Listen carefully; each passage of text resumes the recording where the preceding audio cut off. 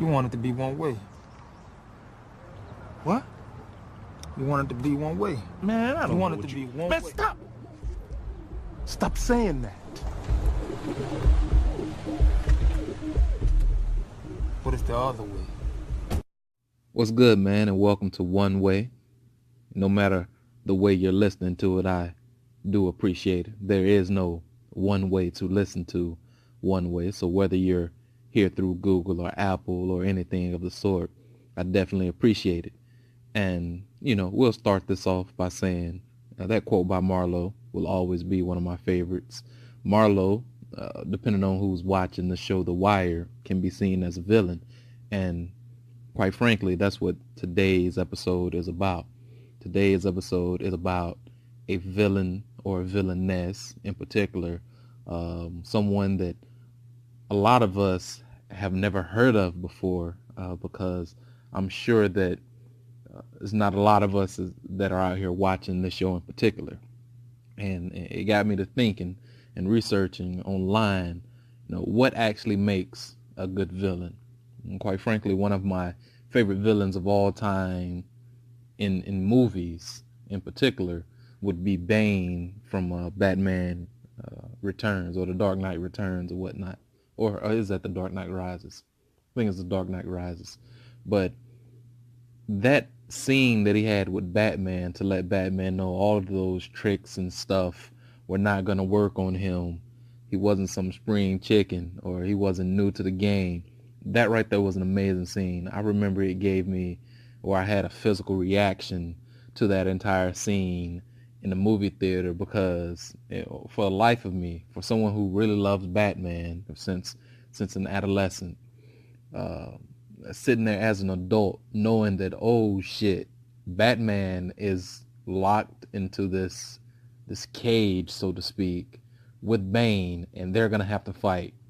Oh my God, this is too early in the movie for Batman to fight Bane.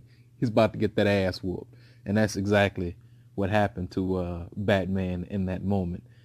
One of the greatest lines ever was, I want to know what's going to break first, your mind or your body, right before the backbreaker. But that was amazing. So I went online, tried to figure out what are some of the things that make a great villain. And I came across this blog written by a gentleman named Jerry Jenkins. You can find it on jerryjenkins.com, and it says it has makes a great villain checklist. So here it goes. I think there's about 15 items on this list, and I'll read them off. He's convinced he's the good guy. He has likable qualities. He's a worthy enough opponent to make your hero look good. You like when he's on stage. We're saying you and your reader like when he's on stage.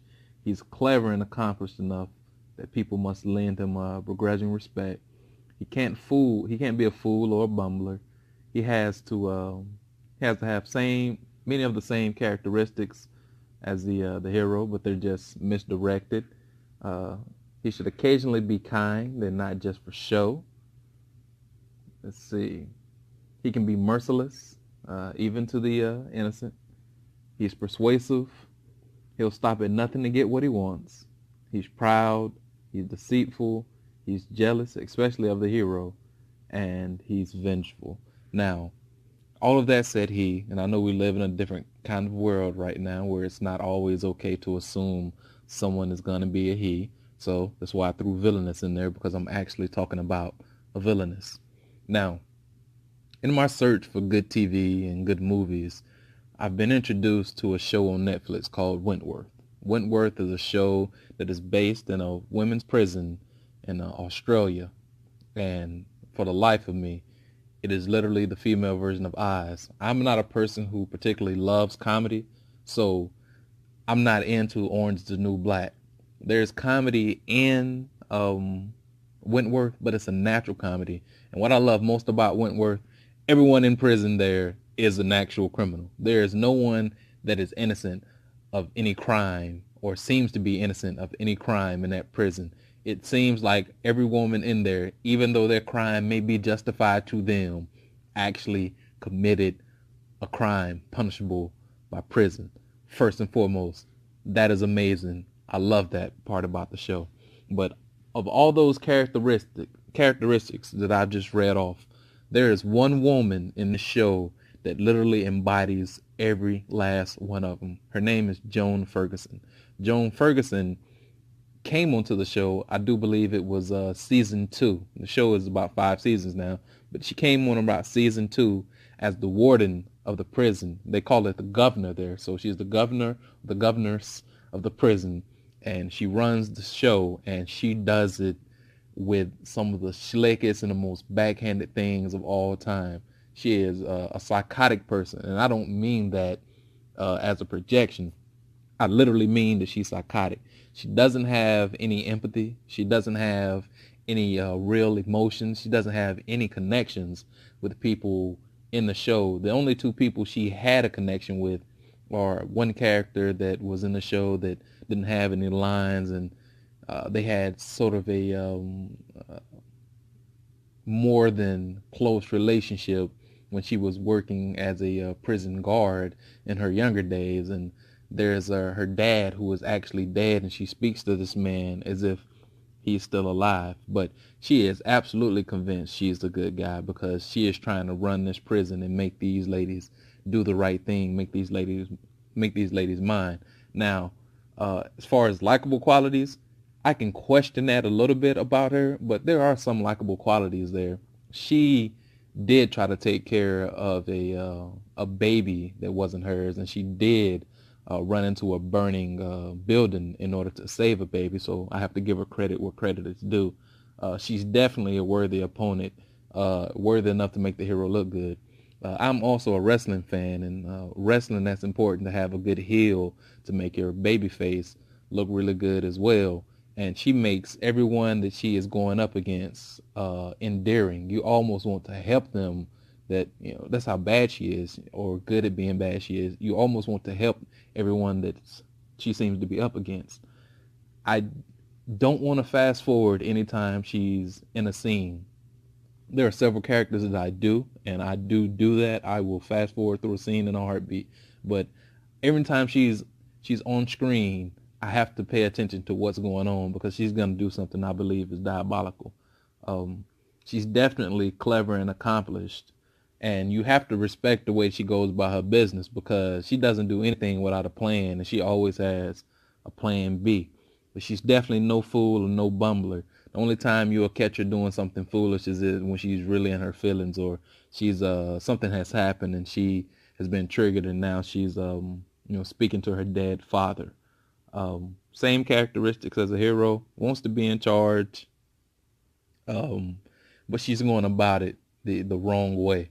She's going about getting people's respect the wrong way. Occasionally being kind and not just for show. I spoke about that when I was talking about her trying to take care of that baby, or running into the burning building just to save another baby, or to actually save that same baby she saved from a burning building, to actually save that baby from someone that was trying to kill it. Like, that was pretty endearing right there. I didn't expect to see anything like that. She's merciless, especially, even to the innocent. Look, she doesn't care who you are. She doesn't care who you are. If you're in her way, you're going to get it. Persuasive as hell. Like, I watched her for an entire season trick someone into accepting her advice. Everyone knew that the advice she was getting was flawed, but she accepted the advice for an entire season. It's amazing, man. That's a great acting. That's great writing. Stop at nothing to get what they want. During that entire time she was mentoring that other lady, she was only doing it to get exactly what she wanted. And this lady had multiple enemies on multiple fronts. She was fighting many battles, too many battles. Very proud lady. She is and was. Doesn't take no for an answer. Doesn't take a lot of crap from anyone. Deceitful as hell. She's, like I said, she's using people to get what she wants. Obviously jealous of all the heroes that are in this show, because she wants that same kind of reverence that the lady showed her, and absolutely vengeful. You cross her, you're going to get crossed. You know what I'm saying? And that makes, she doesn't care who you are. You do something to her, she's going to find something to hold over you she's gonna use that for the entirety of whatever beef you have it is going on.